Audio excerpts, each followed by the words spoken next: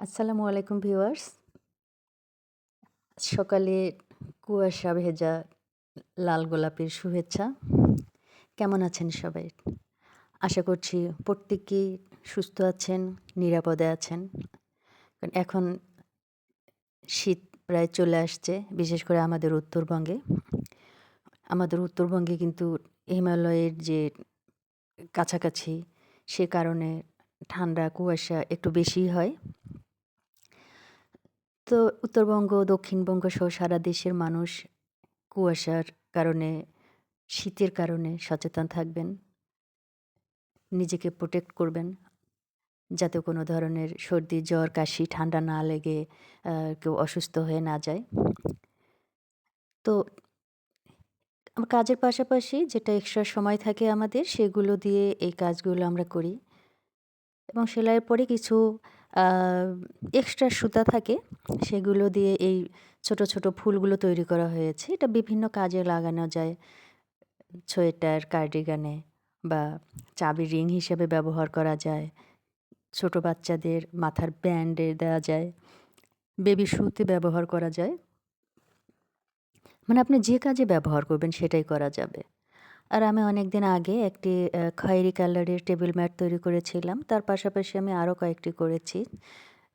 তো এটা আমি ৬ টি বড় ম্যাট তৈরি করব এবং সাথে আরও কিছু ছোট, ছোট তৈরি করব। কিন্তু অলরেডি আমার ৪ টা তৈরি হয়েছে। সেটা শেয়ার করছি আপনাদের সঙ্গে। আমার অত্যন্ত ভালো লাগছে এই সেলাইগুলো। যে অবসরের যে সেলাইগুলো এতটা ভালো। আবার এই যে চিড়া, গতবার আমরা অনেকগুলো চিড়া আ উম বানা হয়েছিল গত সিজনের ধান দিয়ে। তো এই চিড়াগুলো রোদে শুকিয়ে আবার ঝেড়ে নিচ্ছি। কিছু ভেঙে গিয়েছে। ভাঙ্গা চিড়াগুলো গাছের গোড়ায় দিচ্ছি, সার হবে। এগুলো আবার আ বিভিন্ন প্রসেস করে খাওয়া যাবে। আর এই যে টিউবওয়েল উপরে যে বেলচাটা বেঁধে দিচ্ছি, এটা হচ্ছে টিউবওয়েলের পানিটাকে নিরাপদ রাখার জন্য। যাতে কোনো ধরনের ময়লা আবর্জনা এখানে কাক বা অন্য পাখি বসে ফেলতে না পারে। কিন্তু কাকের একটা কাজ হচ্ছে হাতের ওদের পায়ের নিচে মরা পাখি বা একদম নোংরা জিনিস এনে ওরা টিউবওয়েলের উপরে বা অন্য কোনো কিছুর উপরে বসে খায়। সেটা আমরা গ্রামে যারা থাকি তারা কিন্তু প্রত্যেকে এটাকে দেখতে পাই। তো আমি যখন WSP প্রজেক্টে জব করতাম ২০০০ ওটা হচ্ছে ৮ সালে। তখন আমি এটা শিখেছি। আমি ওই প্রজেক্টের দায়িত্বে ছিলাম।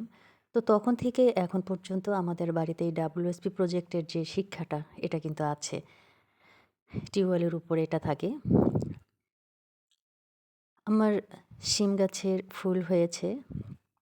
আমি এটার জন্য কোনো জাংলি ব্যবহার করিনি। এটার জন্য আলাদা কোনো আ বেড়া এটা দেইনি। এখানে আমাদের হাঁটার রাস্তার পাশে রড দিয়ে একটা ব্যারিকেড দেয়া আছে। সাপোর্টিং একটা আ রড। যেহেতু আ কেউ অসুস্থ থাকলে এই রড ধরে, ধরে হাঁটতে পারে। সেই কারণে এখানে তৈরি করে নেওয়া হয়েছে। তো এই রডের উপরেই কিন্তু আমি শিম গাছটা তুলে দিয়েছি এবং ২ টো গাছ আছে। ও পূর্ব দিক থেকে একটা আসবে, পশ্চিম দিক থেকে একটা আসবে। অর্থাৎ এই যে বিশাল যে রডের ইয়েটা আছে পুরাটাই মেকআপ হয়ে যাবে।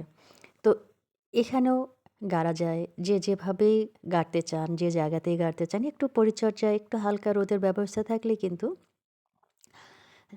শাক-সবজি, ফল-মূল এগুলো হয়। মানে আপনার অতিরিক্ত না হলেও আপনার খাওয়ারটা চলে। নিজের উৎপাদিত আ ফসল খেতে পারেন।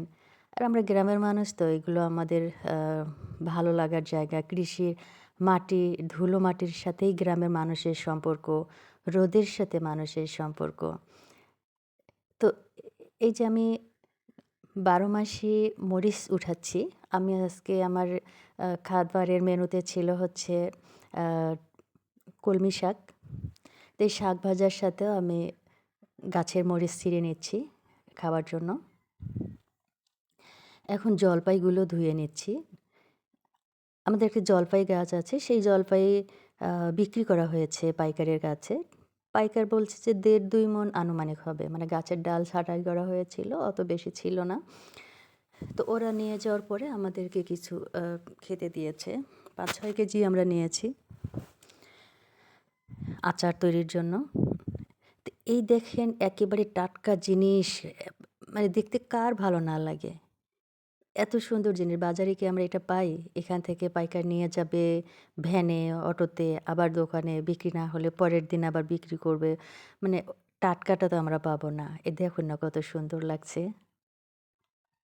আর হচ্ছে বাগানের অতিরিক্ত যে ময়লা আবর্জনা সেগুলো পুড়ে ফেলা হয়েছে। আর হঠাৎ মনে হলো যে মাংস খেতে ইচ্ছা করছে। তো বাড়িতে তো অনেকগুলো ভেড়া আছে। এখন গতকাল আ একটা ভেড়া জবাই করা হয়েছে। প্রায় ৭-৮ কেজি মাংস হয়েছে এখানে। এটাও কিন্তু আপনার ইচ্ছা। বাড়িতে থাকলে যখন তখন আপনার খেতে ইচ্ছা করলো, ব্যাস প্রসেস করে আপনি নিয়ে নিলেন। এবং এই ভেড়ার মাংস আপনি যখন হাটে বাজারে কিনতে যাবেন, তখন সব মাংসই খাসি হিসেবেই বিক্রি হয়। বকরির মাংসও খাসি, মেয়ে ছাগলের মাংসও খাসি, ভেড়ার মাংসও খাসির মাংস। তো এই যে একটা অবস্থা থেকে আপনি পরিত্রাণ পাবেন। আর আমাদের চাকির পাশা বিলের এই চিতল মাছটা, এটাও গতকাল ভাই নিয়ে আসছে। এই চাকির পাশার নদীতে কিন্তু অনেক মাছ ছিল। দেশি প্রজাতির সব মাছই এখন প্রায় নিশ্চিহ্ন হয়ে গেছে। দীর্ঘদিন যুগ, যুগ ধরে এটিকে লিজ দেওয়ার কারণে। তো ইদানিং এই সরকার লিজটাকে অবমুক্ত করেছে সম্ভবত। সে কারণেই দেশি প্রজাতির মাছ আমরা খেতে পারছি। তো এখানে বোয়াল, র চিতল, রুই মাছ, বিশাল, বিশাল মাছ হতো এবং কুড়িগ্রাম, রংপুর এই লালমনিরহাট ডিস্ট্রিক্টের লোকজন আসতো প্রতি বৎসর এটা মাছ মারতে। এখন নেই। তো এই গত কয়েকদিন আগে, এটাও ৬-৭ দিন আগে হবে, ঠিক মাগরিবের সময় আমি ছাদে গিয়েছি। এত সুন্দর শীতের আগমনী বার্তা। দেখুন এই কুয়াশাটা মনে হচ্ছে যে একটা মেঘের স্তর ভেসে যাচ্ছে। আজানও হচ্ছিল পাশে। তো আমি আ আজানটাকে এখানে ইয়ে করে দিয়েছি। আজানের সময় আরকি। তো এই ছিল। আপনারা সবাই ভালো থাকবেন, নিরাপদে থাকবেন। আল্লাহ হাফেজ।